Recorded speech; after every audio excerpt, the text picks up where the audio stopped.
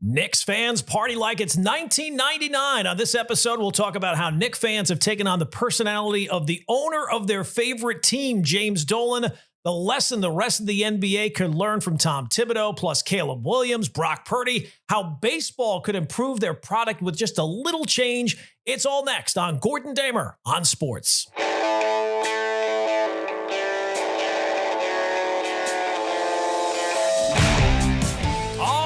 Welcome in a fresh episode of Gordon Damer on Sports. Welcome in. Plenty to discuss on this episode. Before we get too deep into it, before I get too far ahead of myself, if you could, please hit that subscribe button, like the episode, rate the episode, whatever platform you're listening on. It is absolutely essential. All right, this episode, we got to start with the headline. And the headline is the Knicks fans are different and what the NBA could learn from the Knicks' success. Yes, of course, we're going to lead with the Knicks today because they finish off the Celtics, advance to the Eastern Conference Finals for the first time in 25 years.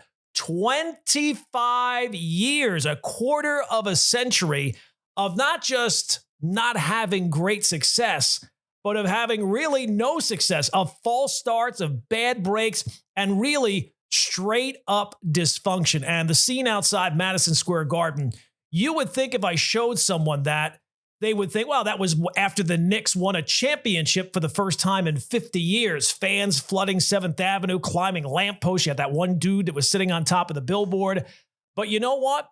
As someone who watches the Knicks and considers himself a Knicks fan, that was not over the top. That was not an overreaction. That is Knicks fans being Knicks fans. A lot of people always think about New York. Well, if the Jets ever won a Super Bowl, that would be the most out of control scene ever. Absolutely not. It's not even close. The Knicks fans, if they were to ever win a title, it would be straight up for grabs. Knicks fans are absolutely different because you have fans, you have diehard fans, and then you have Knicks fans. They are not just a fan base. It's almost like a cult. It's almost like a movement. The best description I can give, you ever see a movie where they're living in like a post-apocalyptic world and they've been forced to live underground for years? The sky's toxic. The world is like a wasteland and people have to survive on whatever they can on scraps. And they basically raise generations without ever seeing the sun and telling their kids about what life used to be like. Well, that is life for a Knicks fan. That's what it's been like to live as a Knicks fan for 25 years. They've been living in the NBA version, basically, of a fallout bunker. There's been no light.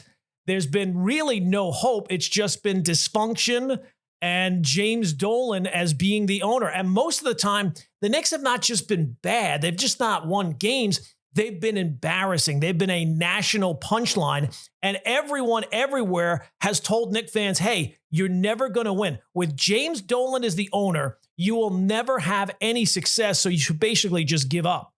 And that really doesn't matter if you've been riding with the Knicks since the championship years, or if you're, from the Ewing and Starks era, or if this is the first real successful regime that you have been a fan of. And that was the scene outside the Garden, mostly the young fans. So Knicks fans are different because the Knicks as a team are different. New York is a Knicks town. The Nets technically exist from here, but let's be honest, you'd be hard-pressed to find any evidence of that walking the streets. In New York City, if you love basketball, you love the Knicks. That's it. The Knicks unite New York in a way that no other team does or can, because the fan bases are split. When the Yankees are good, the Met fans still hate the Yankees and vice versa. Giants and Jets, they kind of split the football scene down the middle, even though there's probably more Giant fans than Jet fans. Even the Rangers and Islanders is closer to a 50-50 split than the Knicks and Nets are. The Knicks are the only team that unites the city. And with those other teams, there's also more of a crossover. A lot of people who were cheering for the Mets in 1986 were probably also cheering the Yankees in 1996. That is not the case with the Knicks. They have all the basketball fans, and those basketball fans are not open to discussion on other teams. If they were open to discussion on those other teams, they would have went and rooted for those other teams over the last 2.5 decades. So Knicks fans have not just survived failure, they have somehow kind of thrived in it. They have been mocked and memed and laughed at and dragged by the national media year in and year out. And somewhere along the line, they started to embrace that. They didn't run from it. They kind of leaned into it and made it their identity. And you always see franchises kind of crater to losing seasons. Fans kind of give up hope and then reappear when the team gets better. That has not been the Knicks. Year in and year out, the team had been a mess. It didn't matter. Bad trades, bad coaches. The ownership was a disaster, and Knicks fans were still there. So they have endured the Isaiah Thomas years, the Stephon Marbury years, the Phil Jackson years, the Charles Oakley incident, the Porzingis years. So on the scale of diehard fans, the Knicks are number one and everyone else is competing for second. Knicks fans always supported the team, even when the team really didn't deserve it, really didn't earn that support. And now they do. And it's not just the team is good again, is that Knicks fans can also revel in the fact that any outsider they can tell to go scratch, because each step of the way in building this current version of the team, the Knicks have been criticized by the national basketball talking heads up and down. Now, there was a time where criticizing the Knicks was really the only reaction you could have because everything they touched was wrong. But along the way, the national media stopped judging things fairly and just kept criticizing the Knicks like back in the old days when really things had changed. There's no more glaring example of that than the Jalen Brunson move. Now, Knicks fans are belligerently supportive, but the difference is, unlike the last 20 years, Knicks fans have actually turned out to be right and everyone else has turned out to be wrong. So the people who doubted this team and would shove their failures of the past in Knicks fans' faces or mock the things that fans love the most, now Knicks fans are getting the payback, and there might be nothing that Knicks fans love more than telling people, I told you so. Knicks fans might still be delusional, but now they're also right. That's a big difference. They were delusional all those other years too. They thought that Melo was going to lift them to a championship, or this move or that move was going to turn things around.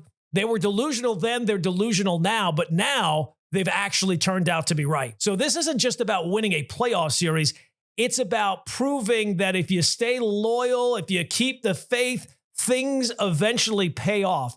And it's about every insult, every punchline, every year of dysfunction kind of being turned into fuel for their fandom. So when things finally did turn around, they have basked in that success. So yeah, maybe to the outsider that looked like a championship celebration, but anybody who knows Knicks fans or has followed the Knicks at all, if you've been paying attention, you knew if they ever had any success, that was the scene and that's what it was going to look like. Knicks fans never left. They were just waiting for something to celebrate, and they finally have that. That, to me, that scene outside the Garden, that was not surprising in any way. Knicks fans taking over 7th Avenue, not a surprise at all. What was the most shocking aspect of that, there was video of James Dolan leaving after Game 4, and he rolled down the window to the car that he was traveling in and gave a little kid a basketball from his car, and the fans, oh, they were cheering James Dolan. Let me say that again. Knicks fans were cheering James Dolan. More than the Knicks having success, more than the Knicks winning a championship, the most far-fetched idea that in 2025 we would see Knicks fans cheering James Dolan would have seemed impossible not that long ago. When you talk about sports villains, more than any guy from another team, Dolan was the number one sports villain in this town. He has been hated, maybe the most hated owner in all of sports as his time as the Knicks owner. Because even though the coaches get criticism or the players get criticism or the GM gets criticism, James Dolan has been the face of 2 decades of dysfunction, of mismanagement, of really just kind of arrogance. He had more head coaches than playoff wins, and was constantly just picking the wrong people. And then, worst of all, staying loyal to them, allowing them far more leeway than they should have been given, which now that I say that, who does that sound? It kind of sounds like Knicks fans themselves. He's been thin-skinned. He hates the media. I mean, I remember, I think it was a Daily News reporter he banned from a press conference. He obviously had the whole Charles Oakley incident, dragging him out of Madison Square Garden and getting him arrested. He's banned fans for chanting "sell the team." He brought in facial recognition to ban the people that wanted him banned. So to see a scene where Knicks fans love him, that might be the biggest upset of all. And maybe it makes kind of sense because it almost feels like they've taken on the personality of their owner. Dolan, if nothing else, hates the media. feels like they're always out to get him.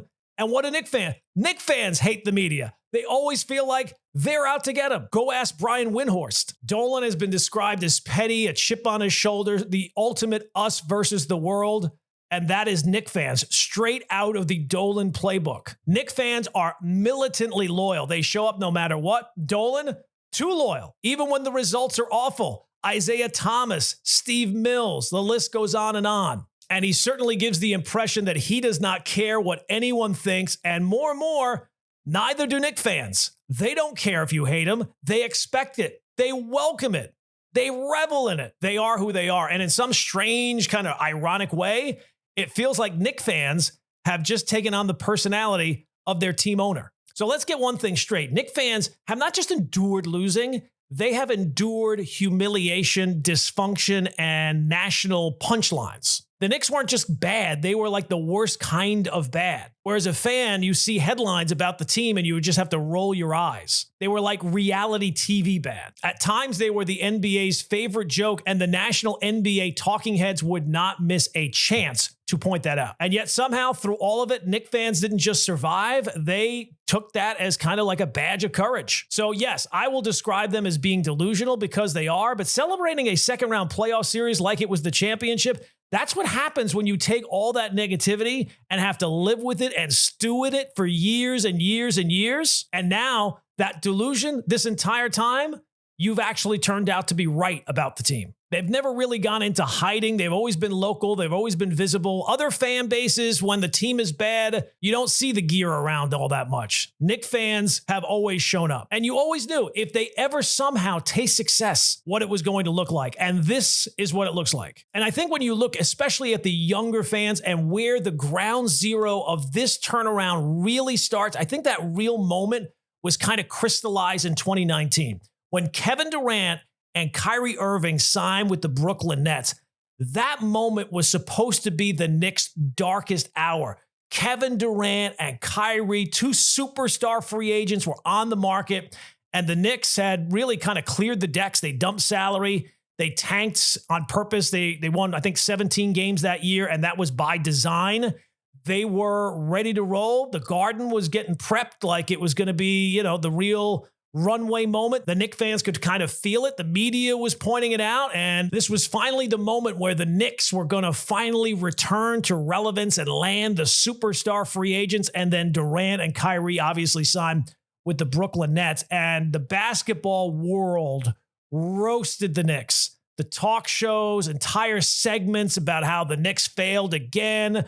The memes practically wrote themselves. And that really was the far bigger story. Not that the Nets had signed those guys. The bigger focus was really on how the Knicks lost out. And then the most ridiculous narrative of the whole thing was, oh, you know what? The Nets might actually take over the town, which is still the most ridiculous sports narrative I think I've ever heard.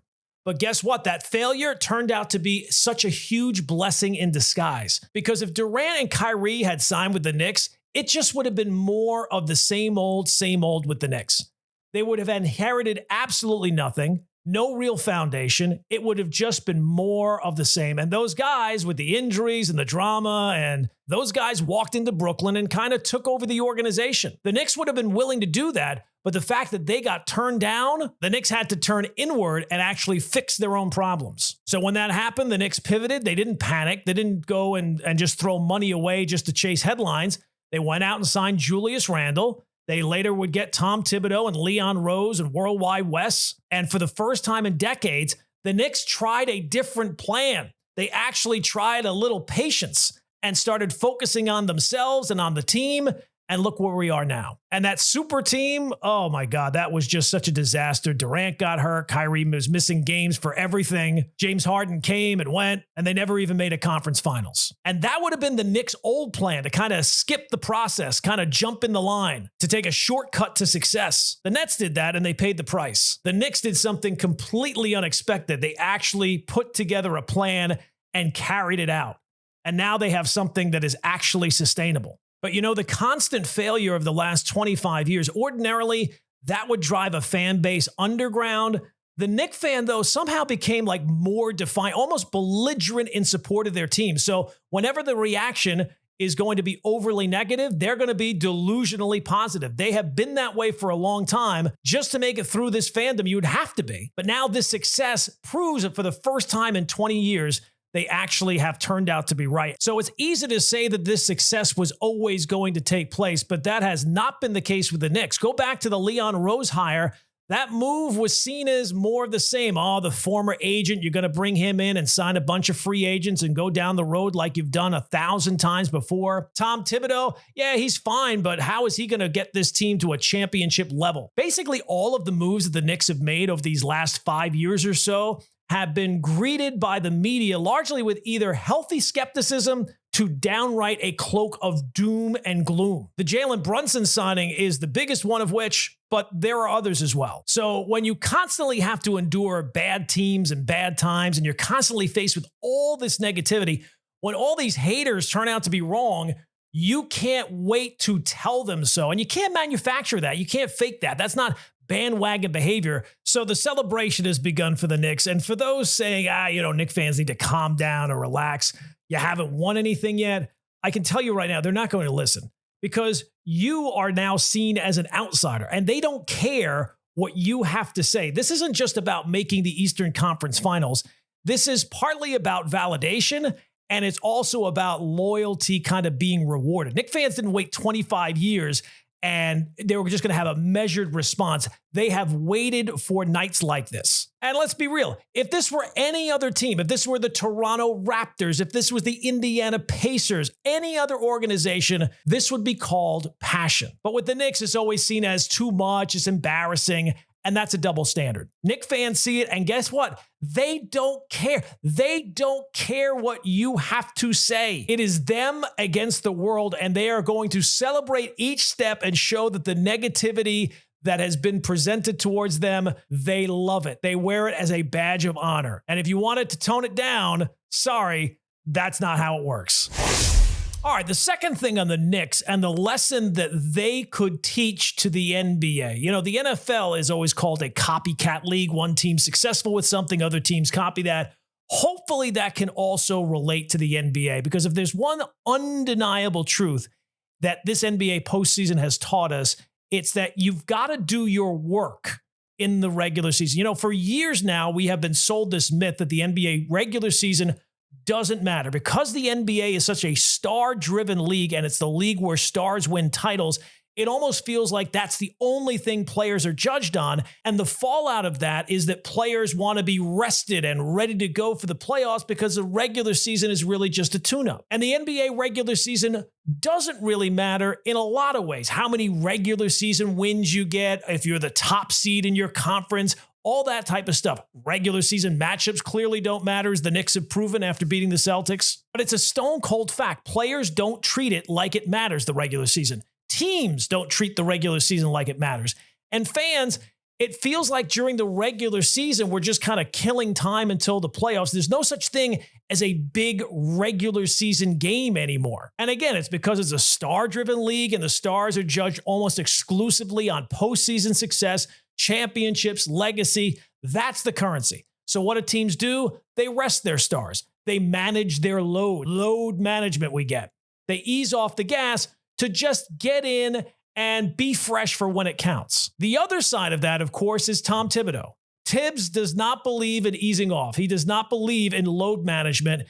He doesn't care about player efficiency ratings or back-to-back recovery models or any of that. He is running guys hard in the regular season to a fault sometimes, it feels like. 40 minutes a night. It doesn't matter if it's January, February, if they're up by 20, if they're down by 20. There's plenty of times you'll be like, the starters are still in. But I don't think it's an oversight on Tibbs' account. I think he wants his team to be hardened and battle ready and ready for the grind of the postseason. And we have heard for years, oh, Tibbs is going to burn them out. They're going to be gassed by the second round. That you're not going to be able to win. You can't win in May if you're doing all this work and playing all these minutes in January and February. Except so far this postseason, that hasn't happened. If anything, the Knicks look fresher than the so-called rested teams. They're the ones closing out games. They're the ones overcoming 20-point deficits in the fourth quarter. They're winning fourth quarters. They're winning second halves. They're surviving the body blows. 2 20-point comebacks against the defending champs. And I don't think that that's luck. I think that's mental stamina and physical stamina. That's a team that has been conditioned to perform in high leverage moments because they've been doing that all season long. And I think it kind of brings us to a bigger issue, which is like analytics. And now look, I'm not anti-analytics. At one point, I think that they were essential because they challenged the groupthink of the old school front offices kind of stuck in the past, and they would help uncover either undervalued players or undervalued stats, smarter strategies, better efficiency, better game plans. But now it almost feels like the analytics have become the new groupthink, and everyone is playing from the same playbook again. It's just a different playbook. So while every team, it seems like, is optimizing for May or June, that they're kind of forgetting about the work in October through April. So I get that this might be a stretch, but if the Knicks' success can have any fallout around the league, maybe it would be that you have to play hard all the time, even during the regular season, even when you don't feel like it. Now, is that going to be the new wave? Probably not, because the stars still run the league. They still call the shots, and nobody really wants to be the one that bucks the system. But maybe if the Knicks can have the ultimate success, it might spur other teams to maybe kind of rethink the issue. So here's the thing. If more teams trained for the postseason during the regular season, like the way that Tibbs has the Knicks doing, I think the NBA wouldn't just have better playoffs. I think they'd have a better product every single night during the regular season, which has become almost an afterthought at this point. Stop treating the regular season simply like a tune-up and more like part of the actual race. This all depends upon the Knicks having that ultimate success. But if they do, perhaps, just perhaps, they might prove the best way to win when it counts is to stop pretending the rest of the year doesn't count too. All right, let's move on to 3 and Out. And first up, let's talk about this Caleb Williams story, because it's not just a headline. I think it's a window into what big money pro sports is like. Apparently, people were all surprised by it, shocked by it. According to a new book by Seth Wickersham, Caleb and his family were more than just a little bit nervous about being drafted by the Chicago Bears. I think it's safe to say that they were in full-blown panic mode. They were taking meetings with lawyers to try to find a way around the NFL's collective bargaining agreement because they didn't want to go to the Bears. They explored the possibility of Caleb playing in the United Football League for a year just so they could avoid being locked in with Chicago. So this is not the type of thing where he was just unsure about going to Chicago. That is a red alert level concern. His dad, Carl, said Chicago is the place quarterbacks go to die. And Caleb reportedly told his dad, I don't think I can do it with Shane Waldron, who was the Bears offensive coordinator. He also had a private meeting with the Vikings coach, Kevin O'Connell, and walked away saying, quote, I need to go to the Vikings. So I think a lot of people are saying, wow, that is outrageous. How could he do that? How dare Caleb Williams say that? What was he thinking? I would say, how can you blame him? This is the biggest decision that Caleb Williams has ever made in his life, and it's not his decision to make. It's the Bears' decision to select him number 1 overall, and he was just simply looking at what his options could be. This is not a kid being picky. This is a franchise quarterback doing everything in his power to avoid a franchise that, let's be honest, has a reputation for ruining guys like him. Again, how can you blame him? Whether it's fair or not, the reputation is the Bears are where quarterback talent goes to either get mismanaged or just completely failed. And if it's true that quarterback success relies on many factors, it's pretty clear at this point, whatever those factors are have been missing in Chicago. So when he looks around and thinks Chicago might be a disaster, that's not paranoia. That's recognizing an established pattern. There was even talk that he and his dad had considered just going scorched earth so that they would not get drafted by the Bears. And the only reason that he didn't do that was because he didn't want his dad to take the heat. Well, I think that that's kind of the maturity that we should kind of be applauding, not criticizing. And he eventually came around and said, okay, I think I can do it in Chicago. I'm going to go to the Bears. And maybe he really believes that. Maybe Ben Johnson can fix what the issues have been there. Maybe this time will be different. But I think we can say this. Caleb Williams was 100% right in trying to avoid a situation that he thought might be impossible to work with. What was he supposed to do? Just sacrifice his career, even though he didn't believe in the situation he was being forced into? I think he was being smart. I think he was being strategic. And at the end of the day, he was being self-aware. So let's take the opposite approach, just for argument's sake. Was he supposed to say, well, Chicago, yes, it's been a disaster for quarterbacks so far, but I'm going to go there because I'm so great, I can overcome it, and I'll be able to fix whatever the issues have been in the past. To me, that's delusion. I would rather want honesty and to see the organization like the Bears and the lack of success that you've had developing quarterbacks, that should be on your radar if you're about to be selected by the Chicago Bears. Let me ask you this. If the Bears had selected Patrick Mahomes in the year where they selected Mitchell Trubisky, would he still be Patrick Mahomes? Would he still be this guy that we're already putting into the Hall of Fame? I don't think so. So if that's true, then Caleb Williams is not wrong for having some concerns. Because I think when your career, your entire football future is on the line, you don't just go into it and think, well, it'll all be fine. It'll all work out. You have to do your homework. And I think it's important to speak the truth, even if that truth is not what people want to hear. Caleb saw the quarterback graveyard. He has seen the history. It's not hard to see that history. So some people might see that as weakness on his part. I think that that's a survival instinct. And I hope now that he's in Chicago, he proves us wrong and he can kind of rewrite some of that Bears quarterback legacy. But if it's just another chapter in the long book of wasted talent of the Chicago Bears, you can't say he didn't try to warn you. And don't think it's not true the other way as well. NFL teams are just as cutthroat. So when we talk about success as a quarterback being drafted high, everything matters. Coaching, offensive line, weapons around you, coaching staff, organization. And there's no better example than that than number 2. Brock Purdy has his contract extension with the 49ers done on Friday.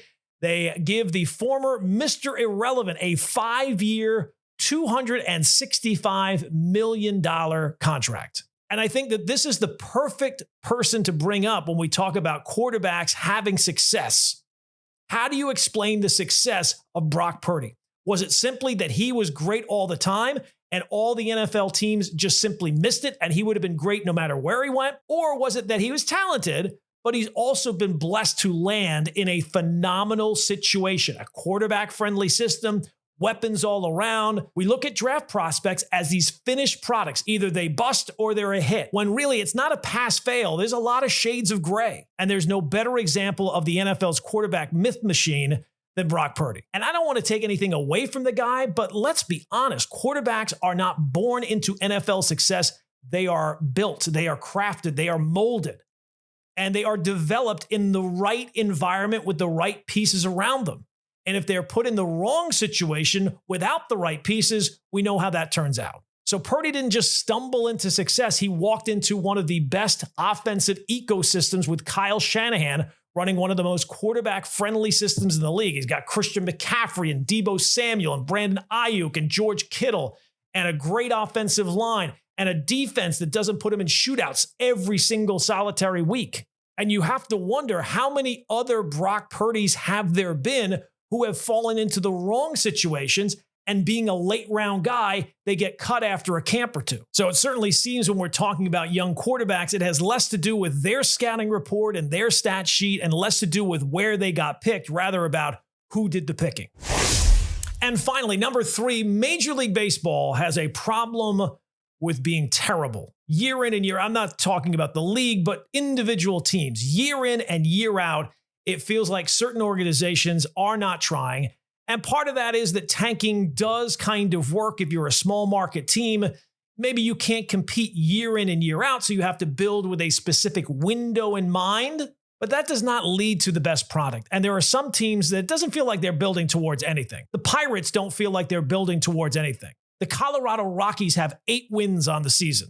The Marlins are always terrible. And this obviously stands out more in baseball because there is no salary cap. How are teams spending $80 million going to compete against teams that are spending $300? And baseball has put some rules in place.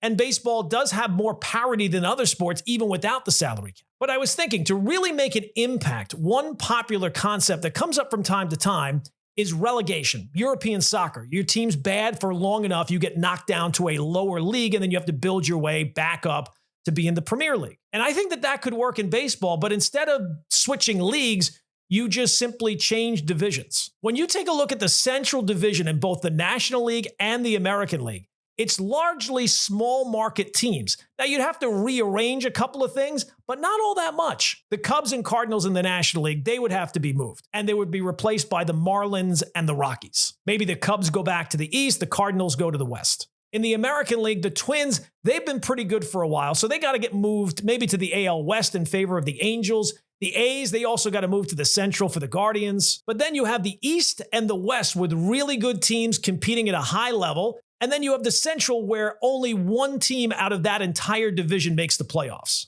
So if you don't want to spend anymore, if you don't want to be competitive, wallow away in the AL and NL Central and leave the good teams to fight it out in the East and West. I realize that this is never going to happen, but I don't know. I don't think it's the worst idea I've ever had. In fairness, I've had a lot of really bad ideas. All right, that is going to do it for another episode of Gordon Damer on Sports. If you did not already, please subscribe on whichever platform you are listening to this on.